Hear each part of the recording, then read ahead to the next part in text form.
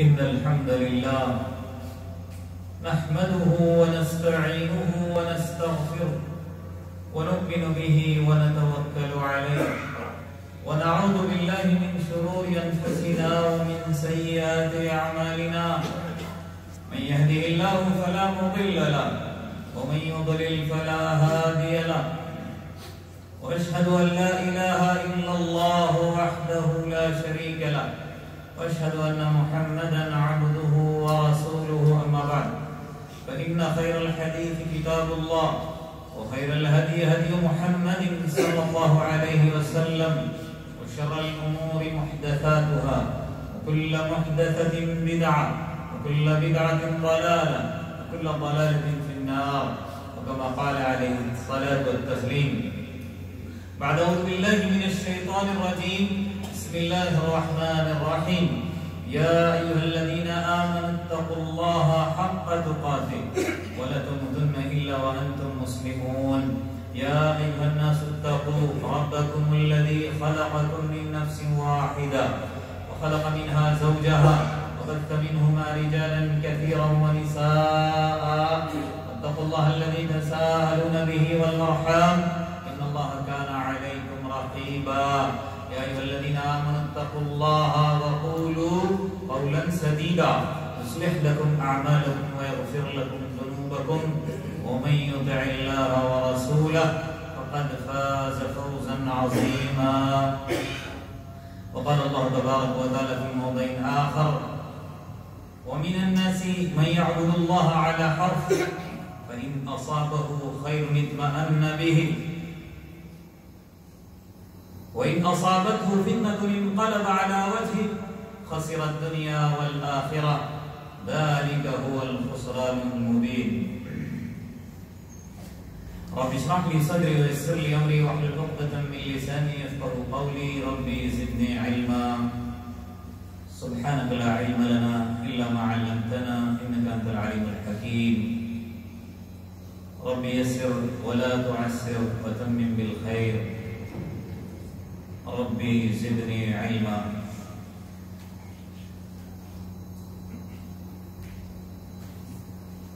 حاضرین پردہ نشین خواتین اور میرے پیارے بچوں تمام قسم کی حمد و ثنا کبریائی بڑائی بزرگی عظمت جلالت شان و شوکت ایک اللہ وحدہ لا شریک کے لیے لائق اور زیبا جو کہ تنہا اس ساری کائنات کا خالق حاکم مدبر سبھی کچھ ہے بعدہ درود ہو سلامتی ہو حضرت محمد مصطفیٰ صلی اللہ علیہ وسلم پر آپ کے اصحاب تابعین اور تبع تابعین پر اللہم صلی وسلم علی نبینا محمد اس مختصر سی حمد اور درود کے بعد سورۃ الحج کی آیت نمبر 11 آپ کے سامنے تلاوت کی گئی ہے اسی آیت کو عنوان یا مضمون یا موضوع جو کچھ کہیں بنا کر آپ کے سامنے چند وہ باتیں عرض کرنے کی کوشش کروں گا جو کہ بالکل حق ہے ایک بات ذہن کے اندر بٹھا لیں حق بڑا کڑوا ہوتا ہے پھر بھی ہم کو اس کڑوے گھونٹ کو پینا پڑے گا جب ہمارے اندر کی گندگیوں کو باہر کرنا پڑے گا اللہ تبارک و تعالیٰ اس آیت کریمہ کے اندر فرماتا ہے کہ کچھ لوگ اللہ کی عبادت کرتے ہیں کنارے پر کھڑے رہتے ہیں اگر ان کو کوئی بھلائی پہنچتی ہے تو اطمینان کا سکون کا اظہار کرتے ہیں، اور اس کے عکس اگر کوئی آزمائش ان کو لاحق ہوتی ہے تو اپنے چہرے کے بل پلٹتے ہیں۔ اللہ تبارک و تعالیٰ فرماتا ہے ایسے لوگوں کا معاملہ ایسے ہے، خسر الدنیا والآخرہ، ان کی دنیا بھی رائے گا اور ان کی آخرت بھی ضائع اور برباد۔ آگے فرماتا ہے ذالک هو الخسران المبین، حقیقت میں کھلی ہوئی گمراہی یا خسارہ یا گھاٹا یا بربادی میں۔ اس آیت کریمہ کے اندر اللہ تبارک و تعالیٰ نے ان لوگوں کا ذکر کیا ہے جو اللہ کی عبادت کو صرف اس وجہ سے کرتے ہیں کہ اس کے بدلے میں اللہ تبارک و تعالیٰ ہم کو کچھ عطا کرے۔ مقصد صرف یہی ہوتا ہے کہ میں دین اسلام پر عمل پیرا ہوں گا، اپنے عقیدے کو درست کروں گا، سچا پکا مسلمان بن کے زندگی گزاروں گا، لیکن بدلے میں کیا ہونا چاہیے؟ میری دنیا بننی چاہیے، میرا کاروبار ٹھیک ٹھاک ہونا چاہیے، کوئی تکلیف مجھے لاحق نہیں ہونی چاہیے، ہمیشہ میں خوش و خرم رہوں۔ اس کے عکس اگر کوئی پریشانی لاحق ہو تو نانا میں اس اسلام پر، اس دین پر عمل کرنے کے لیے تیار نہیں ہوں۔ یہاں حرف کہتے ہیں کنارے کو، آپ بارڈر کہیے کہ جو انسان اس طرح کا عقیدہ رکھتا ہے یا اس کی سوچ اس طرح کی ہے کہ اللہ پہلے میرا مسئلہ حل کرے بعد میں اس کے دین پر عمل کروں گا، تو وہ یوں ہے کہ اسلام اور کفر کے بارڈر پہ کھڑا ہے۔ اسلام کے اندر آنے کی وجہ سے اس کا بھلا ہوتا ہے، سمجھ لو ایک قدم آگے بڑھ گیا، اس کا فائدہ، لیکن اللہ نہ کرے اس کا نقصان ہو گیا تو کفر کی طرف پلٹ گیا۔ یعنی کہنے کا مطلب یہ ہے نہ دین ہی ملا نہ دنیا ہی ملی، نہ آخرت بنی نہ دنیا بنی، دونوں ضائع، دونوں برباد۔ مطلب یہی ہے نا خسر الدنیا والآخرہ۔ اللہ کا معاملہ ایسا نہیں ہے۔ اللہ نے قرآن کے اندر کیا فرمایا؟ تنصر اللہ ینصرکم، پہلے تم اللہ کے دین کی مدد کرو پھر اللہ تمہاری مدد کرے گا۔ اس سوچ کو لے کر ہم اس دین کے اندر داخل ہوں گے کہ اس کے حکموں پر چلیں گے کہ ہمارا اللہ بنائے گا ہی، یہ غلط سوچ ہے، اور وہ آدمی دنیا اور آخرت دونوں اپنی برباد کرتا ہے۔ اس آیت کا پیغام ہی یہی ہے۔ اس پیغام کو اب تک پہنچانے سے پہلے یا اس کی وضاحت کرنے سے پہلے اس کا شان نزول بھی بتا دوں، بات ذہن سے نکل گئی کہ اس آیت کا شان نزول یہی ہے کہ اللہ کے رسول صلی اللہ علیہ وسلم کے زمانے کے اندر بدو دیہاتی اسلام کے اندر داخل ہو کر مدینہ کی طرف ہجرت کرتے، اس نیت سے کہ ہم مدینہ میں جائیں گے تو خوش و خرم رہیں گے، ہماری دنیا بھی بنے گی۔ کیوں؟ ان کے سامنے بہت سارے صحابہ کرام جو قربانیاں دے کر مدینہ پہنچنے کے بعد بھی اللہ نے ان کو دنیا بھی دے دی اور آخرت کے اعتبار سے بھی بہت ہی اونچا رتبہ اور مقام ملا۔ اب ان کو دیکھتے ہوئے یہ چلے جاتے تھے، دنیا بنتی تھی، کہتے کتنا اچھا دین ہے، کتنا پیارا دین ہے، اب اس کے اوپر عمل پیرا ہوتے تھے، مستقل لگے رہتے تھے۔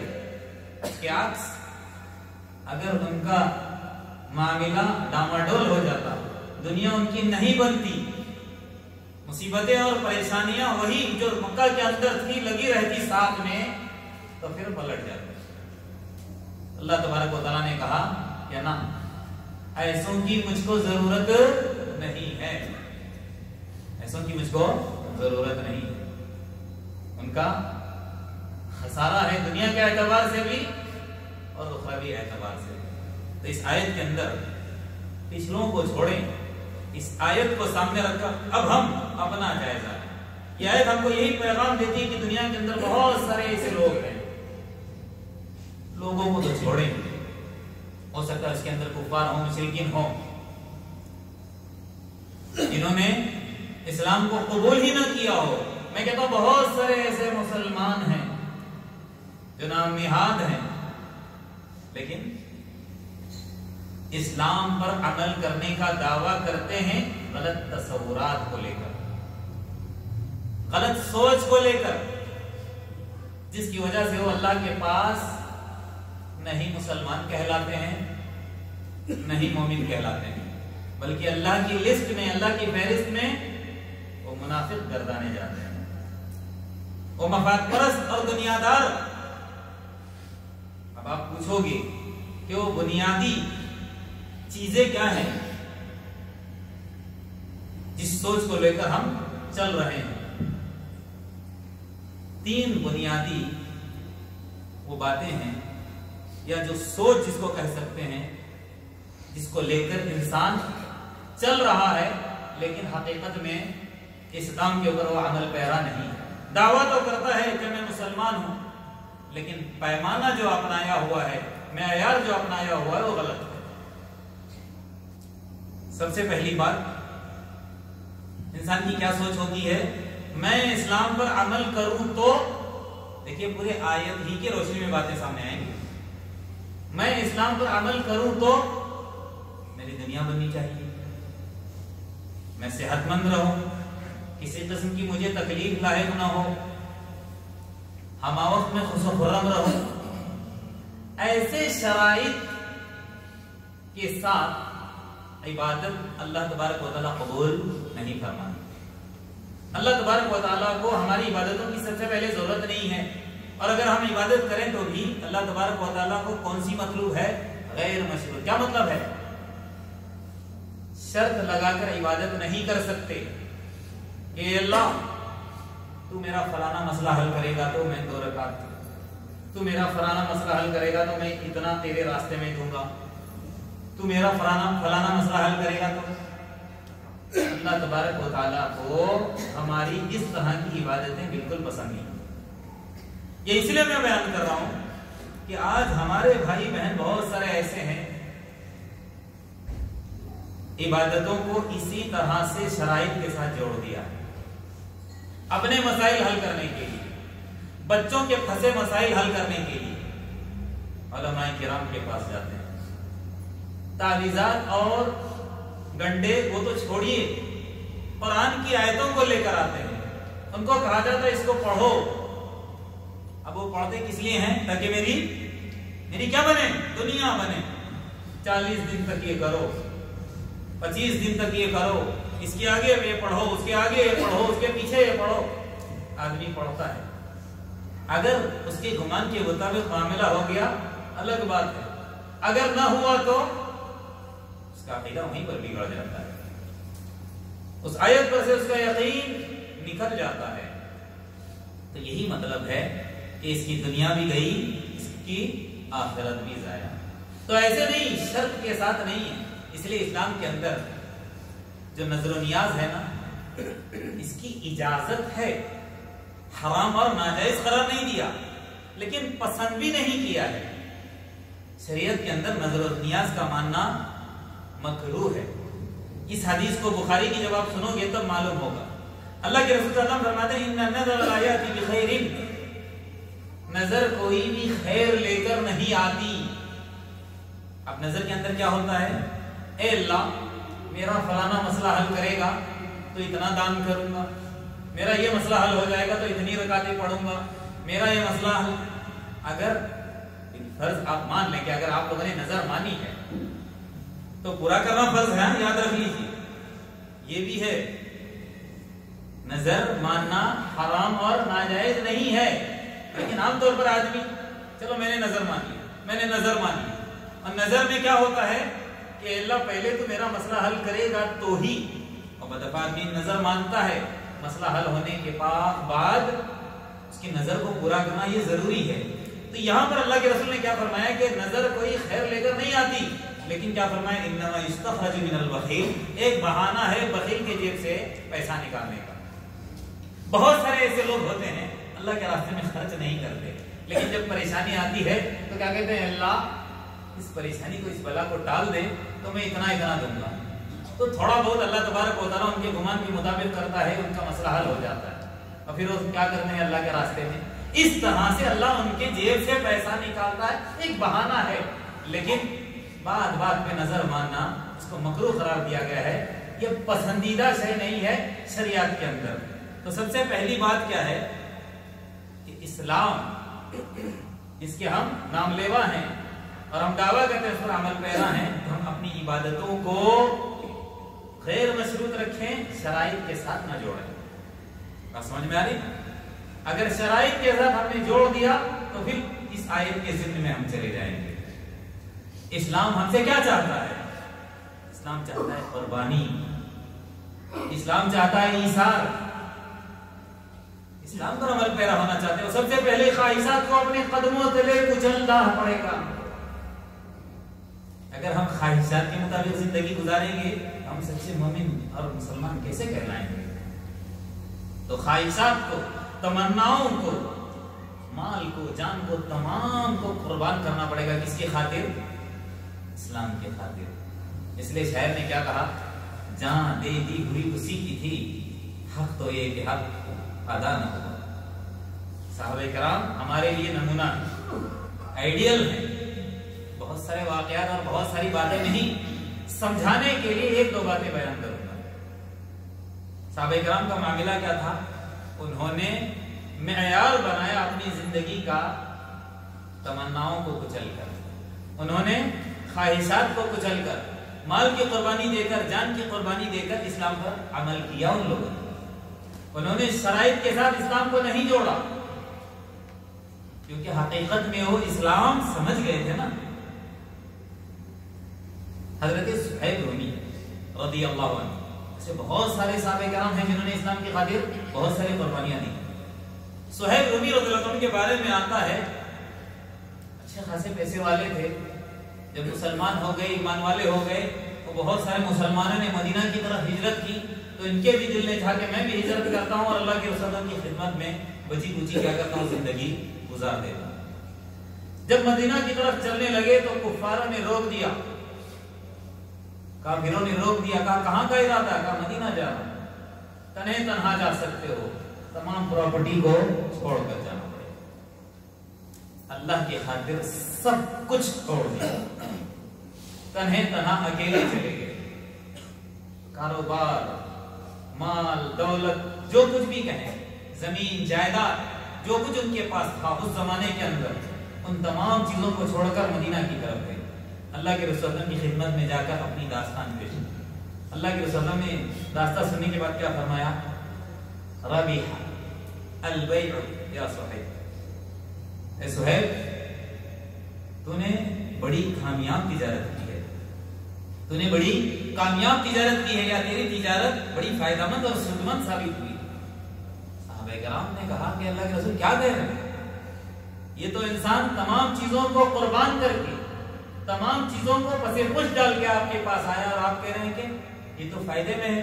ظاہری اعتبار سے تو ہم کو ایسا لگ رہا ہے کہ یہ تو خسارے میں ہے، گھاٹے میں ہے۔ اللہ کے رسول نے فرمایا جس نے دنیا کو چھوڑ کر آخرت کو اپنایا، حقیقت میں اس کی تجارت سودمند ہے، فائدہ مند ہے اور اس کو نفع دینے والی۔ یہی صحابہ کرام جنہوں نے حقیقت میں اسلام پر عمل کر کے ہم کو بتا دیا کہ معیار اسلام پر عمل کرنے کا یہ ہے۔ بہت سارے صحابہ کرام کے بارے میں آتا ہے جب ان کی موت ہوئی تو کفن سر سے لے کر پیر تک ڈھکنے کے لیے نہیں۔ بعض صحابہ کرام ایسے تھے کہ سر ڈھکا جاتا تو پیر کھلا، پیر ڈھکا جاتا تو سر کھلا، تو اللہ کے رسول نے کہا کہ پیر کو ڈھانک کر ان کو دفن کر دو، سر کو ڈھانک کر پیر کے اوپر کیا کرنا ہے؟ زغر کے پتے ڈال دیا کرنا۔ جبکہ وہ کون سے صحابہ کرام تھے پتہ ہے؟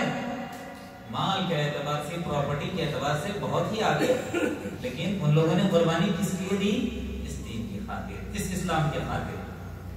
تو لہٰذا ہم یہ سوچ دل و دماغ سے نکال دیں کہ اللہ ہماری بنائے گا تو ہم دین پر چلیں گے، نہ۔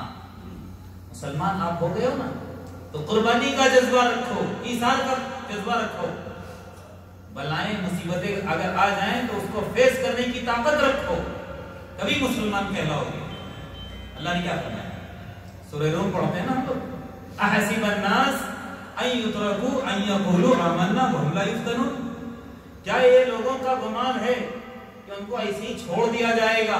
کیا کہنے کے بعد کہ ہم ایمان لائے؟ وَهُمْ لَا يُفْتَنُونَ، آزمائے نہیں جائیں گے نا۔ مومن ہے تو آزمائش لازمی ہے، چاہے کسی اعتبار سے، کیونکہ اللہ نے کہا وَلَنَبْلُوَنَّكُمْ بِشَيْءٍ مِّنَ الْخَوْفِ وَالْجُوعِ وَنَقْصٍ مِّنَ الْأَمْوَالِ وَالْأَنفُسِ وَالثَّمَرَاتِ، کسی قسم کی بھی ہماری آزمائش ہو سکتی ہے، مال کی، جان کی، کاروبار کی، پھلوں کے اندر کمی ہے۔ اللہ تبارک و تعالیٰ آزمائش کس کی؟ مومن کی لیتا ہے۔ لیکن ہم مومن اس لیے نہیں ہوئے کہ اللہ ہماری بنائے گا تو ہم اس دین پر عمل پیرا رہیں گے، اللہ کے حکموں کو پورا کریں گے نا، بلکہ ہم اس لیے اسلام کے اندر آئے ہیں تاکہ ہمارا فائدہ ہو، ہماری آخرت بنے، تاکہ اللہ کی رضا ہم کو نصیب ہو۔ تب کیا ہو جائے گا؟ اللہ دوسری جگہ فرماتا ہے وَلَوْ أَنَّ أَهْلَ الْقُرَىٰ آمَنُوا وَاتَّقَوْا لَفَتَحْنَا عَلَيْهِمْ بَرَكَاتٍ مِّنَ السَّمَاءِ وَالْأَرْضِ۔ آپ مومن ہو گئے، اسلام کے اندر داخل ہو گئے، کوئی مفاد مثمر اس کے اندر نہیں تھا، کوئی خود غرضی نہیں تھی، آپ اسلام کے اندر صرف اس لیے داخل ہوئے ہو کہ اللہ تبارک و تعالیٰ اس ایمان کے ذریعے سے میری آخرت بنائے، اللہ کی رضا ہم کو نصیب ہو۔ تو معاملہ کیا ہوگا؟ اگر بستی والے ایمان لائیں، تقوی اختیار کریں، تب اللہ تبارک و تعالیٰ بدلے میں کسی کی بنائے گا، کسی کی نہیں بنائے گا۔ لیکن یہاں اللہ کہتا ہے لَفَتَحْنَا عَلَيْهِمْ بَرَكَاتٍ مِّنَ السَّمَاءِ وَالْأَرْضِ۔ حقیقت میں اگر مومن بنو گے اور تم مجھے پسند آ گئے اور پھر میں دینے پر آؤں تو زمین آسمان کے سارے خزانے تمہارے اوپر ڈھیر دوں گا۔ آج ہم چاہتے ہیں، تمنائیں بہت ساری ہیں، لیکن خود غرضی والی، جس کی وجہ سے نہ ہماری دنیا ہی بن رہی ہے، نہیں ہم آخرت کی فکر میں ہیں۔ آخرت کی طرف نگاہ ہوگی تو اللہ دنیا بھی بنائے گا، یاد رکھ لیجیے۔ یہودیوں کے تعلق سے اللہ تبارک و تعالیٰ قرآن کے اندر کیا فرماتا ہے؟ کتاب ملنے کے بعد، کتاب ملنے سے پہلے جب موسیٰ علیہ السلام کے ساتھ ساتھ تھے تو اللہ تبارک و تعالیٰ نے ان کے اوپر ایسے ایسے انعامات کی بوچھار کی تھی کہ میں اور آپ سوچ نہیں سکتے۔ بدلی نے ان کے لیے چھت بنا دیا تھا، سورج کی گرمی سے، تپش سے بدلیاں ان کو بچاتی، آسمان سے من و سلوا اترتا، نہ جانے کیا کیا انعامات ان کے اوپر کیے گئے تھے۔ پھر بھی اللہ تبارک و تعالیٰ کی نافرمانی کے بعد کیا کہہ رہا ہے؟ وَلَوْ أَنَّهُمْ أَقَامُوا التَّوْرَاةَ وَالْإِنْجِيلَ وَمَا أُنزِلَ إِلَيْهِم مِّن رَّبِّهِمْ لَأَكَلُوا مِن فَوْقِهِمْ وَمِن تَحْتِ أَرْجُلِهِمْ۔ اگر یہ لوگ جو شریعت ان کے اوپر آسمان سے نازل کی گئی اس کے مطابق اگر یہ زندگی گزارے ہوتے تو اللہ تبارک و تعالیٰ فرماتا ہے ان کے اوپر بھی زمین آسمان کے خزانے اللہ تبارک و تعالیٰ کیا کر دیتا تھا؟ آسمان سے بھی کھانا آتا اور زمین سے بھی کھانا آتا، ان کے من تحت ارجلہم کہتا اللہ تبارک و تعالیٰ۔ تو لہٰذا روزی کے بارے میں ہم کو فکر مند ہونے کی ضرورت نہیں ہے۔ ان اللہ هو الرزاق ذو القوة المتین، روزی دینے والا اللہ تبارک و تعالیٰ، بھوکا کبھی بھی کسی کو نہیں مارتا۔ جن کے پاس عقل نہیں ہے، جن کے پاس فہم نہیں ہے، ان کو اللہ تبارک و تعالیٰ کھلاتا ہے۔ کمزور ہونے کے بعد، آپ لوگوں نے شیر کے بارے میں سنا ہوگا، کس طرح شکار کرتا ہے اور پھر اس کے بعد اپنے شکار کو بڑے فخر کے ساتھ کھاتا ہے۔ لیکن اسی شیر کے اوپر ایک وقت ایسا بھی آتا ہے جب اس کی ہڈیاں جواب دینے لگتی ہے، بوڑھا ہو جاتا ہے، شکار کرنے کی طاقت نہیں ہوتی، اللہ تبارک و تعالیٰ اس شیر کے بھی کھانے کا انتظام کرتا ہے، کسی اور جانور کے ذریعے سے اس تک کھانا پہنچاتا ہے کہ نہیں۔ تو لہٰذا اس کے بارے میں ہم کو فکر مند ہونے کی ضرورت نہیں ہے۔ سچے پکے مومن بنو، اللہ تبارک و تعالیٰ ہماری دنیا بنائے گا۔ دوسری بات کیا ہے؟ جو معیار انسان اپناتا ہے جبکہ اس کو اپنانے کی ضرورت نہیں ہے۔ میں یہ دو تین باتیں بتا رہا ہوں، اسلام کے اوپر عمل کرنے کی غلط پیمانے۔ سب سے پہلی بات کیا؟ اسلام پر میں عمل کروں اس شرط پر کہ اللہ میرے مسائل حل کرے۔ دوسری بات ناقص اسلام پر عمل کرنا۔ کیا مطلب ہے؟ کچھ چیزیں میں اور آپ اسلام کی لیتے ہیں اور کچھ چیزوں کو کیا کر دیتے ہیں، چھوڑ دیتے ہیں۔ مثال اس طرح کی ہے، مسجد کے اندر ہم آتے ہیں تو سچے پکے مومن مسلمان، ہم سے بڑا علامہ کوئی ہے ہی نہیں، مسجد کے اندر ہم مسلمان، ہم بازار کے اندر جاتے ہیں تو پھر مسلمانی ہماری ختم ہو جاتی ہے۔ کاروبار میں ہم جھوٹ کا استعمال، ردی مال بیچ رہے ہیں، عیب کو چھپا کر کسٹمر کو ہاتھ میں تھما رہے ہیں کہ کسی طرح میری دکان کا سامان بک جائے۔ نہ، ایسا نہیں ہونا چاہیے کہ مسجد کے اندر ہم مومن ہیں اور پھر اس کے بعد بازار کے اندر غیر مومن، ایسا نہیں ہے۔ یہ غلط ہے کہ کچھ چیزوں کو ہم لے رہے ہیں اور کچھ چیزوں کو چھوڑ رہے ہیں، یعنی یوں کہہ سکتے ہیں کہ خود ما صفا دعما قدر، جو بہتر لگتا ہے اس کو لے لو اور جو بہتر نہیں لگتا اس کو چھوڑ دو، ایسا نہیں ہے۔ اسلام یہ نہیں کہتا کہ میٹھا میٹھا حق حق کڑوا کڑوا تھو، ایسا نہیں۔ اسلام کے اندر قربانی اور جذبات کو کیا کرنا پڑے گا؟ دبانا پڑے گا، قربانی دینی پڑے گی، اپنے جذبات کو قربان کرنا ہی پڑے گا۔ تو یہاں پر دوسری بات کیا کہہ رہا تھا میں کہ ناقص اسلام پر عمل کرنا۔ اللہ تبارک و تعالیٰ قرآن کے اندر کیا فرماتا ہے؟ یا ایھا الذین آمنوا ادخلوا فی السلم کافہ، اسلام کے اندر پورے داخل ہو جاؤ، تھوڑا سا نہیں کہ مسجد کے اندر مسلمان اور شادی بیاہ کے اندر پھر بھول رہے دنیا کی رسم و رواج اپناتے چلے جا رہے ہیں۔ نہیں، میری پہلی بیٹی کی شادی ہے، پہلی مرتبہ کر رہا ہوں، ایسا ہے کہ گھر والوں کا بھی معاملہ ہے، یہ عورتیں سے ناراض ہو جاتی ہیں۔ بہت سارے، میں ایرو گروں کی بات نہیں کہتا ہوں، جو اپنے آپ کو موحدین کہتے ہیں، سچے پکے مسلمان ہیں، دین سمجھ چکے ہیں، پھر بھی لوگوں کی مروت میں مارے جاتے ہیں۔ نہ، لوگوں کی مروت میں اسلام کے ساتھ ناانصافی نہ کریں، اسلام کو پسے پشت نہ ڈالیں، اپنے ایمان کا خسارہ اور نقصان نہ کریں۔ تو ناقص اسلام کے ساتھ دوسری بات اللہ کیا فرماتا ہے؟ اسلام کے اندر پورے داخل ہو جاؤ۔ اسلام نام کس بات کا ہے؟ اسلام نام سب سے پہلے عقیدے کا ہے، سب سے پہلے ہمارا عقیدہ درست ہونا چاہیے۔ دوسرا نام کیا ہے؟ عبادت کا۔ تیسرا ہے اخلاقیات کا۔ چوتھا ہے معاشرت، معاملات، یعنی اسلام سارا کا سارا دستور حیات ہے، زندگی گزارنے کا ایک قاعدہ اور قانون ہے، اس کے مطابق ہم کو زندگی گزارنا ہے۔ پورے اسلام کے اندر آنا ہے، یہ نہیں کہ تھوڑا سا اپنا لیا اور تھوڑا سا ہم نے چھوڑ دیا۔ اسلام نے ہماری رہنمائی کہاں سے کہاں تک کی پتہ ہے؟ باتھ روم سے لے کر اقتدار کی کرسی تک کہہ سکتے ہیں، یا بیڈ روم سے لے کر اقتدار کی کرسی تک بتایا ہے۔ بیڈ روم کے اندر اپنی گھر والی کے ساتھ کیسے زندگی گزاریں، باتھ روم کے کیا کیا مسائل ہیں، کیسے جانا ہے، کس قدم سے جانا ہے، کیا پڑھ کے جانا ہے باہر۔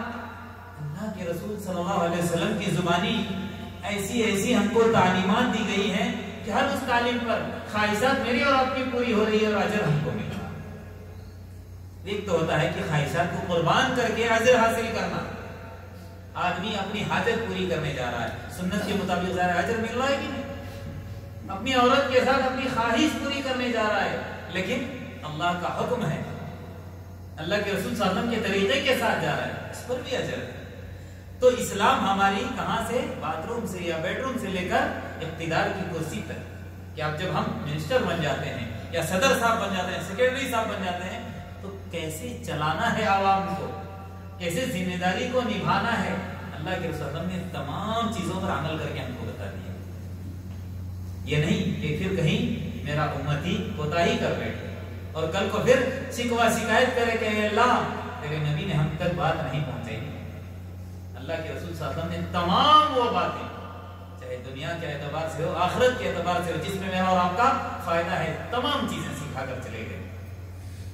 اور یہ بات اس لیے بتا رہا ہوں کہ آج ہمارے اندر اس چیز کی کمی ہے، کچھ ہم اسلام کو لیتے ہیں اور کچھ چھوڑ کر زندگی گزارتے ہیں۔ اور یہ صفت کس کی تھی پتہ ہے؟ یہودیوں کی۔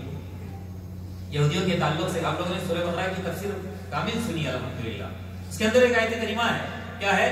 افتؤمنون ببعض الكتاب وتكفرون ببعض فما جزاء من يفعل ذلك منكم الا خزي في الحیاة الدنیا۔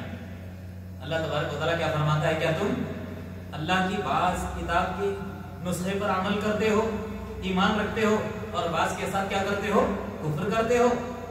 اس طرح کرنے کی وجہ سے تمہارا بدلہ، تم میں سے جو اس طرح کرتے ہیں ان کا بدلہ کیا ہے؟ سوائے رسوائی کی دنیا کے اندر اور کچھ ہے ہی نہیں۔ آج ہمارا معاملہ اس سے جہاں جاتے ہیں وہاں کا روپ اپناتے ہیں، فلانے ایریے میں جا رہے ہیں ان کے مطابق ہمارا مسئلہ، یہاں پر جا رہے ہیں ان کے مطابق۔ ارے آپ نے ہم کو بتایا کہ نہیں کہ آپ کے یہاں ایسا نہیں ہوتا، ہم ایسا نہیں کہتے، ہم بسم اللہ نہیں پڑھتے، ہم یہ نہیں کرتے، یہ حقیقت ہے، یاد رکھ لیجیے۔ ایسا نہیں ہے، جیسا دیس ویسا بھیس نہیں ہے۔ ہم اگر چاہتے ہیں کہ سچے پکے مسلمان بنے، اللہ ہم سے راضی ہو، تو ہمارے لیے معیار کیا ہے؟ اللہ کا کلام اور نبی کا فرمان۔ اور اسی معیار پر کھڑے کون اترے؟ اللہ کے رسول صلی اللہ علیہ وسلم کے پیارے پیارے صحابہ کرام۔ یہودیوں کا معاملہ اس آیت کے اوپر دیکھیں گے تو کیا تھا؟ اللہ تبارک و تعالیٰ نے ان کے لیے قتل کو ناجائز قرار دیا تھا، قتل کرتے تھے۔ جلاوطنی ان کے لیے حرام قرار دی تھی، اپنے یہودی بھائی کو جلاوطن کرنا، ان کو ذلیل کرنا، رسوا کرنا، ان کے ساتھ سب وہ چیز کرتے تھے، اور پھر ساتھ دینے چلے جاتے تھے، خود کہہ کر جیل میں ڈالتے تھے، پھر تھوڑے دن کے بعد چھڑانے جاتے تھے۔ تو اللہ تبارک و تعالیٰ کہتا ہے کہ چھڑانا تورات کے اندر ہے، یہ مسئلہ معلوم ہے، لیکن داخل کرنے سے اللہ نے منع کیا وہ نہیں معلوم ہے، جان نکالنا یہ معلوم ہے،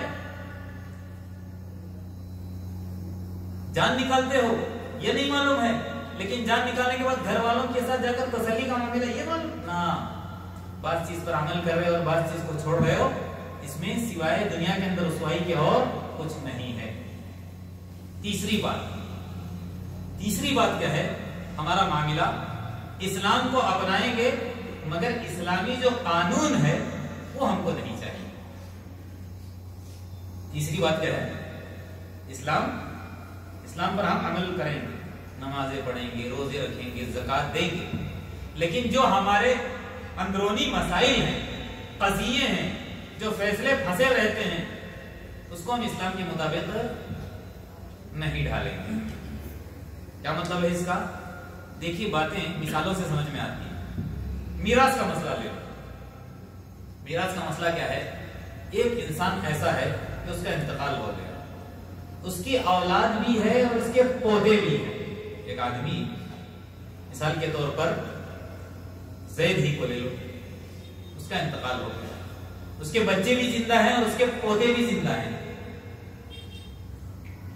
اب اولاد کے ہوتے ہوئے وراثت پوتوں تک نہیں پہنچتی، اور یہاں لاء کے اعتبار سے، قانون کے اعتبار سے اگر دیکھا جائے تو اولاد اور پودے ایک ہی ہیں۔ اگر اپنا ہندوستانی لاء کے اعتبار سے دیکھیں تو کیا ہے؟ پودے اور اولاد ایک ہی حکم ہے۔ پراپرٹی چھوڑ کر جائے گا تو ان کے قانون کے اعتبار سے، دنیاوی والوں کے قانون کے اعتبار سے کیا ہوگا؟ اولاد کو بھی ملے گا اور پودوں کو بھی ملے گا۔ لیکن اسلام کی روح سے دیکھا جائے تو صرف اولاد کو، پودے محروم، کیونکہ اولاد کے ہوتے ہوئے پودوں تک نہیں پہنچتی۔ لیکن یہ بات اگر پودوں کو معلوم ہو جائے کہ یہاں پر قانون اس طرح کا ہے، وہ جا کر کمپلینٹ وہاں کر کے اس پراپرٹی کو اگر وہ حاصل کرے گا تو وہ اپنے پیٹ کے اندر کیا کر رہا ہے؟ ہاتھ دھر رہا ہے۔ تو کیا مطلب ہے کہ اسلام پر ہم عمل کریں گے لیکن اسلامی قانون کو نہیں اپنائیں گے، یہ سوچ بھی ہٹانا ہے، کیونکہ اسلام پر بھی ہم عمل کریں گے اور جو اس کے قانون اور قواعد ہے اس کے مطابق بھی زندگی گزاریں گے۔ بہت سارے ایسے مسائل ہیں۔ اللہ تبارک و تعالیٰ قرآن کے اندر کیا فرماتا ہے کہ اس طرح جو کرتے ہیں کہ ہم اسلام کو اپنائیں گے اور قانون کو نہیں اپنائیں گے، ان کی مثال اللہ تبارک و تعالیٰ نے منافقین سے دی ہے۔ کیا ہے؟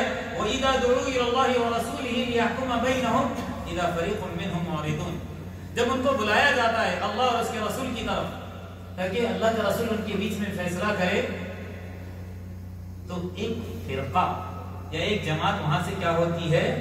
اعراض کرتے ہوئے منہ موڑ کر نکل جاتی ہے۔